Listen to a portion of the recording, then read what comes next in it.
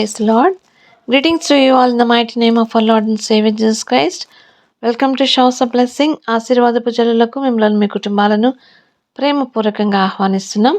Immanuel church 21 days of ప్రేయర్స్లో ఇది మన 20వ దినము. దేవుడు మనకిచ్చిన వాగ్దానము. యెషయా గ్రంథం 41వ అధ్యాయం 11వ వచనము. నీతో కోపపడిన వారందరూ సిగ్గుపడి విస్మయముందెదరు, నీతో వాదించు వారి మాయమ నశించిపోదురు. దేవుడు ఈ వాక్యం దీవించునుగాక. Isaiah 41:11 Behold, all they that were incensed against thee shall be ashamed and confounded. They shall be as nothing, and they shall strive with thee shall perish. May the Lord bless this word. ఈ వాక్యం చూసినప్పుడు భయపడవచ్చు. ఎందుకంటే ఎవరైనా కోపడే వాళ్ళు ఉన్నారా, లేకపోతే ఎవరైనా సరే నాతో వాదించేవారు ఉన్నారా అని భయపడిపోతున్న పరిస్థితి ఉండొచ్చు.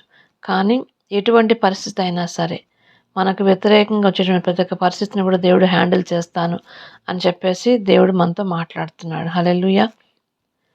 మన పక్షాన దేవుడు ఎల్లప్పుడూ కూడా ఉండేటువంటి దేవుడు. నీకు వ్యతిరేకంగా రూపించబడిన ఏ ఆయుధం కూడా వర్ధిల్లదు అనేటువంటి వాక్యం దేవుడు ఆల్రెడీ మనకు ఇచ్చి ఉంటున్నాడు. కాబట్టి ఎటువంటి పరిస్థితుల్లోనైనా సరే మనము సాల్వ్ చేయలేనటువంటి పరిస్థితుల్లో, అటువంటి సమస్యల్లో దేవుడు అంటున్నాడు, నీతో కోపడిన వారందరూ కూడా సిగ్గుపడి విస్మయం పొందెదరు. అలాగే నీతో వాదించు వారు మాయమ నశించిపోదురు. చాలామందికి వాదించడం అనేది బాగా అలవాటు. అదే వాదించి గెలవాలని ప్రయత్నం చేస్తూ ఉంటారు. కానీ మనం కానీ సైలెంట్గా ఉంటే దేవుడు మనలను గెలిపిస్తాడండి. హల్లెలూయా.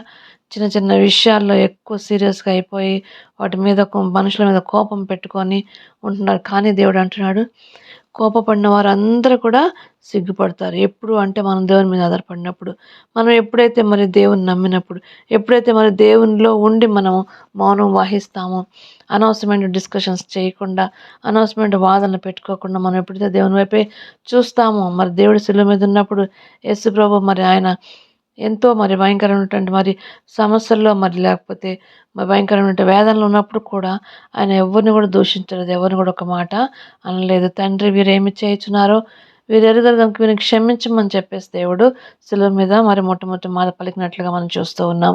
కాబట్టి అటువంటి మనసును మనం కలిగి ఉన్నప్పుడు మనతో కోపపడిన వారు లేకుండా దేవుడు చేస్తాడు. అంటే మనతో అందరూ కూడా సమాధాన పడేలాగా దేవుడు చేస్తాడు. కాబట్టి ఉదయకాల సమయంలో మరి ఈ యొక్క వాగ్దానమును మన జీవితంలో క్లెయిమ్ చేసుకుందాం. దేవుడు ఈ వాక్యం దీవించిన కాక ప్రార్థన చేసుకుందాం. మహాగణుడా, మహోన్నతుడా, మా మంచి యేసయ్య, నీ పరిశుద్ధ నామమునకు స్తుతులు స్తోత్రము తండ్రి దేవా, నీకు వందనం చెల్లించుకుంటాం నాయన. ఉదయకాల సమయంలో ప్రభా నా తండ్రి షవర్స్ ఆఫ్ బ్లెస్సింగ్స్ ద్వారా మీరు మాతో మాట్లాడిన, మీరు మాకు ఇచ్చిన ఈ వాగ్దానం బట్టి దేవా నీకు వందనములు ప్రభా. ఈ వాగ్దానం ప్రభా నా తండ్రి ఎల్లప్పుడూ కూడా మా జీవితంలో ప్రభు నెరవేర్చి మహింపరచుకోవాల్సిందిగా వేడుకొంచున్నాం తండ్రి. యేసయ్య ప్రభా, పరిస్థితులు మాకు వ్యతిరేకంగా ఉన్నప్పుడు కూడా ప్రభా మేము మిమ్మల్ని వేడుక మీ వైపు చూస్తూ, మీ సిలువ వైపు చూస్తూ ముందుకు సాగినటువంటి కృపను మీరు మాకు దయచేయండి యేసయ్య. నీకే మహిమ, నీకే ఘనత, నీకే ప్రభావం ఆరోపించుకొంచు యేసు అతి పరిశుద్ధ నామంలో ప్రార్థించి వేడుకొంచున్నాం తండ్రి. ఆమెన్.